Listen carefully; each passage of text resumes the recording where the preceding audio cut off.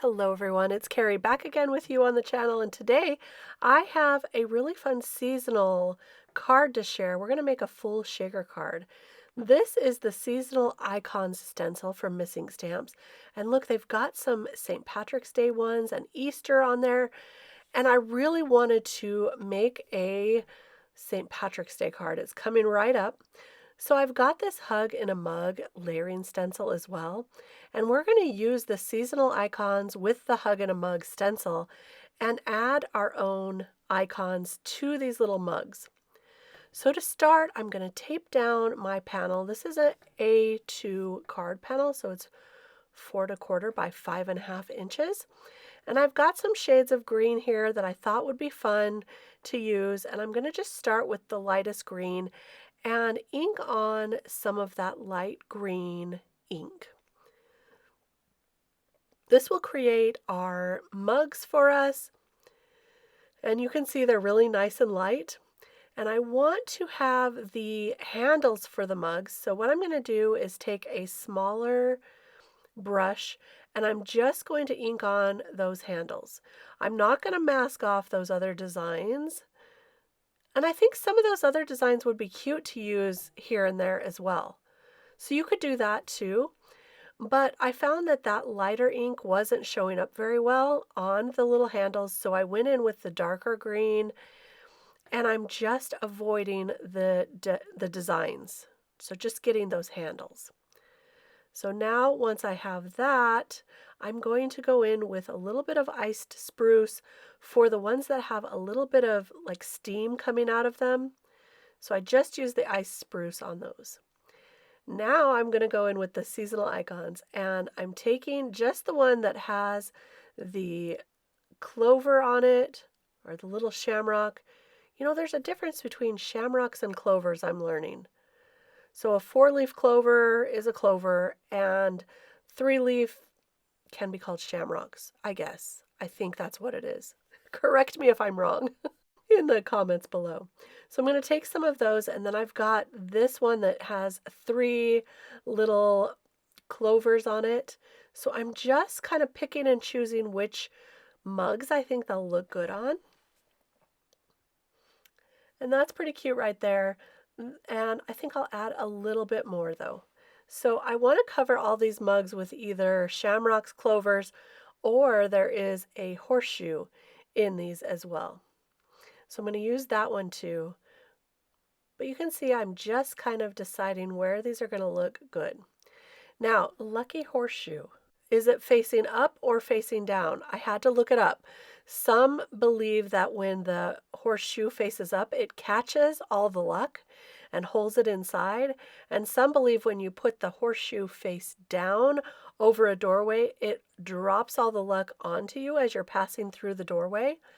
So I felt like since this was a mug and it was going to hold our drink, it's also going to share some luck with us. So I faced them up with the openings up. So that was my reasoning behind that. Now I've got the Postage, Seal, and Shaker collection die set, and I cut out the shaker piece using some acetate.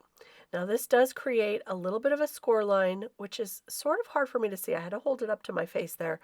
But you can fold that over and then reinforce it with a bone folder, which is what I like to do before I create my full shaker.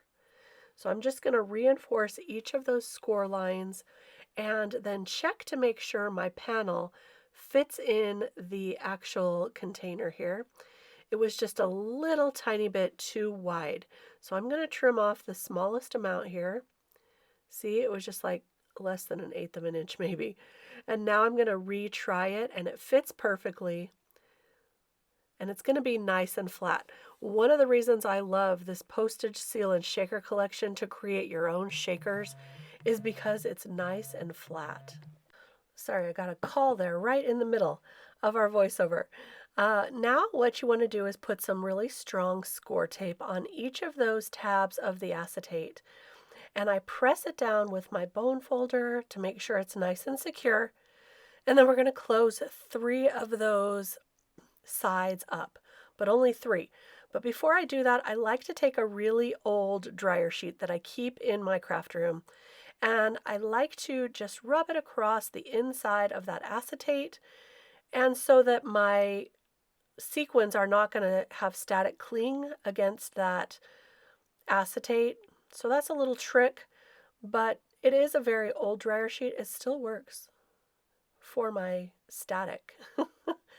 And then I'm going to close up 3 of those sides. Now I've got some sequins here, and I thought that the gold sequins with some green sequins would look really good. And I'm also cutting out some of my very favorite letter die sets. This is the Modern Typeset Frame Die and Alpha set, and I have cut some of these letters out of gold glitter cardstock. And this gold glitter cardstock has some adhesive already on the back. And this is the way I like to cut out my letters so that I can just pull them off to be like stickers. And I also am using this tag set from Missing Stamps, and I cut out the smallest tag, and we're going to spell the word luck on this. To create a little bit of dimension, I'm adding some darker green ink around the edges of our tag. That's going to help it to stand out from our background. Now I can take the letters and put them down onto the tag. I may have to cut out a few more letters. I think I might be missing an L, that I've already used the L. So I'm going to go ahead and cut out a couple more letters and place them on the tag as well. Now I usually place them down nice and light. I don't press them down yet because I want to make sure the spacing looks good. So once I have the spacing the way that I want it, then I can press down those letters really well. And I use my bone folder usually to press those down.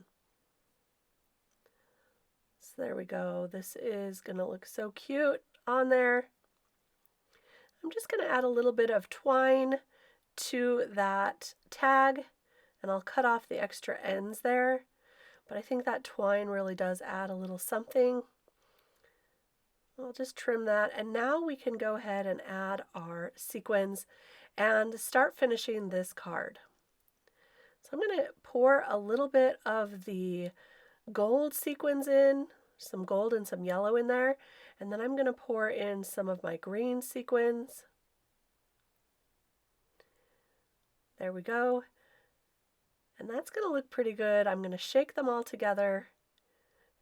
And I think that's going to be plenty of sequins, so I can go ahead and close up the last side of our shaker. I love that you can create your own shakers with Missing Stamps dies. Now I'm going to take some foam adhesive, add our little tag to the top, and to make sure that the bow does not come undone, I'll add a little bit of glossy accents to the center to keep that all together, and a little bit of glossy accents to each end to keep them right where I want them. So that's not going to move around too much. And I'm going to let that dry fully. Once it's dry, I can take the front panel with the shaker and add it to our card base. And to do this, I also like to use some really strong double-sided tape, like score tape. I got this one from scrapbook.com, and it's a little bit thicker, so I only need 4 lengths of it on the back. And now I'll pull off the backer and add that to our card base. For this part, I like to take my time, make sure the corners are lined up, and then press it all the way down. And I usually get a really good result when I take my time. So there we go. I've got a little adhesive on the back. I'll get rid of that with my adhesive eraser. But look at this, shake for luck. I love it for an easy St. Patrick's Day shaker card. I hope you enjoyed it too. If you did, give this video a thumbs up. Don't forget to subscribe to the channel. And I'll be back real soon with more cards. Now also, wouldn't that look cute as an Easter card? I think so. All right, thanks for stopping by. We'll see you next time. Bye-bye.